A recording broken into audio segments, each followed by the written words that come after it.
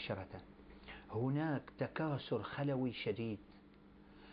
An explosion of cellular multiplication takes place immediately after birth, with the aim of making the newborn baby grow. This myriad of cells reproduces very quickly, resulting in a great number of cells which need iron.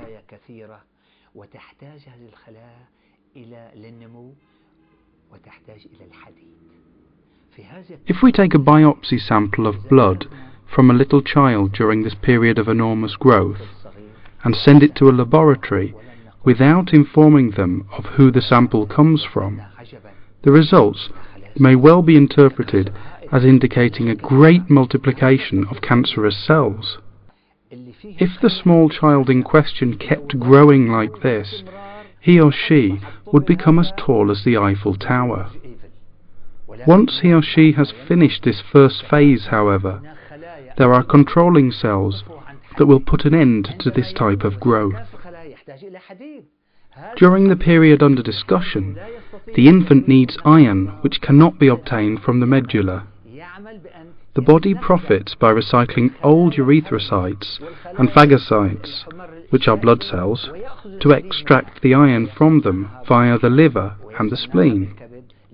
This phase of growth lasts until an individual reaches the age of 21, where growth stops and the old erythrocytes begin to gather in the back.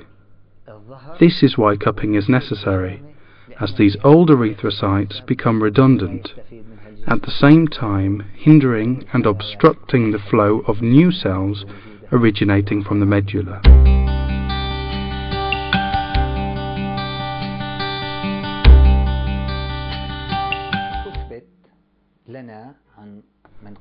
It was proved by the best analysts and laboratory technicians that the blood of menstruation resembles the blood extracted by cupping from the withers, the upper part of the back.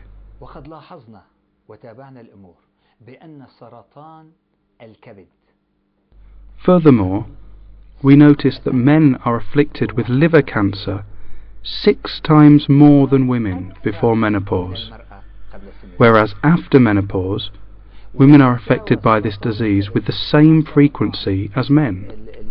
So we see how menstruation is a natural cleaning process which benefits women. In addition to this, men are often afflicted in much greater numbers by cancer of the colon, stomach cancer, and leukemia than women before menopause, with numbers evening out after menopause. Therefore, bearing this natural cleaning process in mind, we recommend cupping for women after menopause, but consider that such treatment is not necessary before it.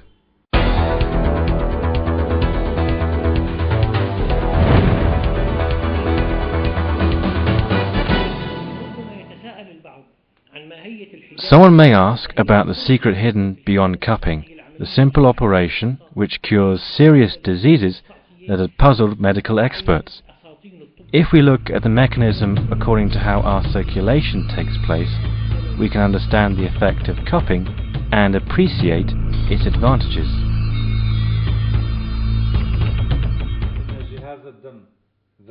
The blood system is a world in itself. It is the basis of life. It ensures that all the major organs of the body are connected together, uniting their functions and their underlying purposes. It provides the body with fuel, removes the excrement, and supports the immune system.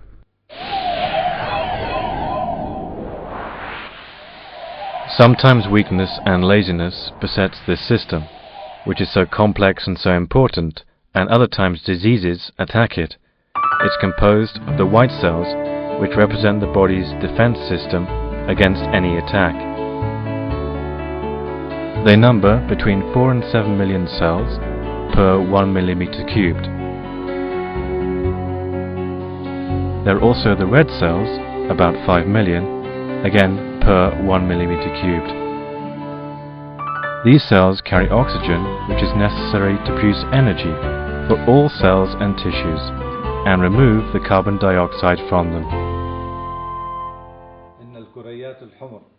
The red cells are produced in the medulla, then they move to the blood, where they keep functioning for 120 days. When they age, they lose their vitality, flexibility, and ability to work, as well as their form, and they stick to each other. Either the current of blood drives them to the liver and spleen, or they find placid places in the circulatory system and settle there. They will not find a less active place than the upper back, as it is a wide area where the net of capillaries are particularly abundant. This has a great effect in slowing down the speed of the blood, and consequently these cells gather in this place. The problems of blood clots, embolism, occlusion begins here. This was confirmed by a Japanese medical team who conducted research on the blood. They said that any problems in the blood are reasons for our different diseases. Therefore, cupping appears to be an obvious solution for all these problems.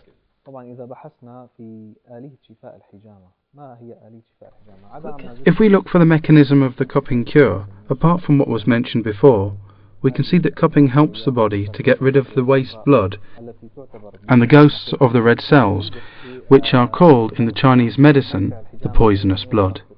The area where cupping is done is known as the area of the 100 diseases in the Chinese medicine.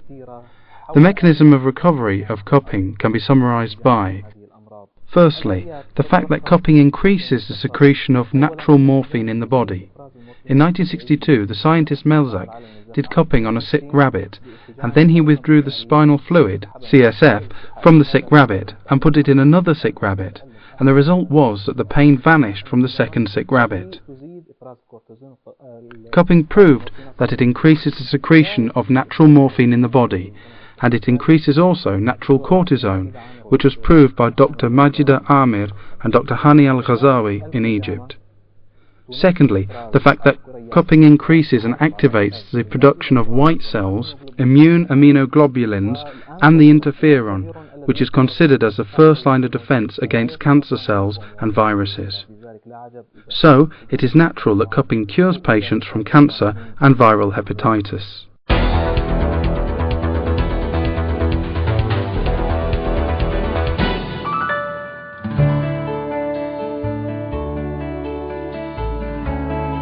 A great medical success attracts the complete attention of all scientific and medical quarters. Recently, cupping became the chief concern of everyone and was the main news in journals, science, and medicine magazines, as well as other publications, following the reports of its amazing success. This occurred only a few days after the declaration of the laboratory results, confirming the ability of cupping to defy the most incurable of recent diseases. This was not restricted to Arabic countries, but extended over the entire world, and became the hope of many patients to put an end to their pain and suffering. International circles gave great importance to this discovery, to the extent that the British royal family began to correspond with the researchers in Syria in order to determine the method by which haemophilia, prevalent among them, can be cured.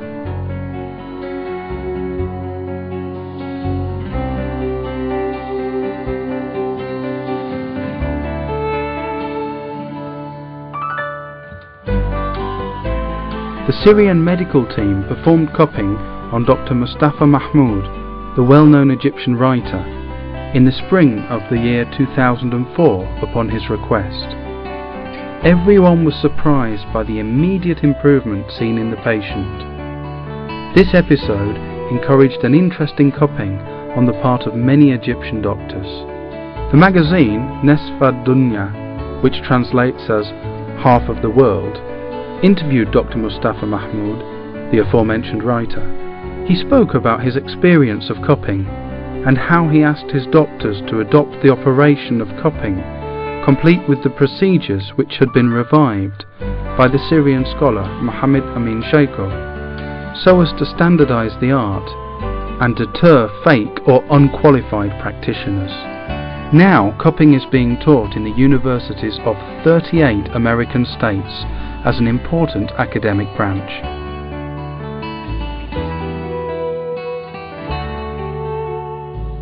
On top of this, Russian hospitals have officially accepted cupping after its therapeutic and preventative effects for many diseases have scientifically been proven.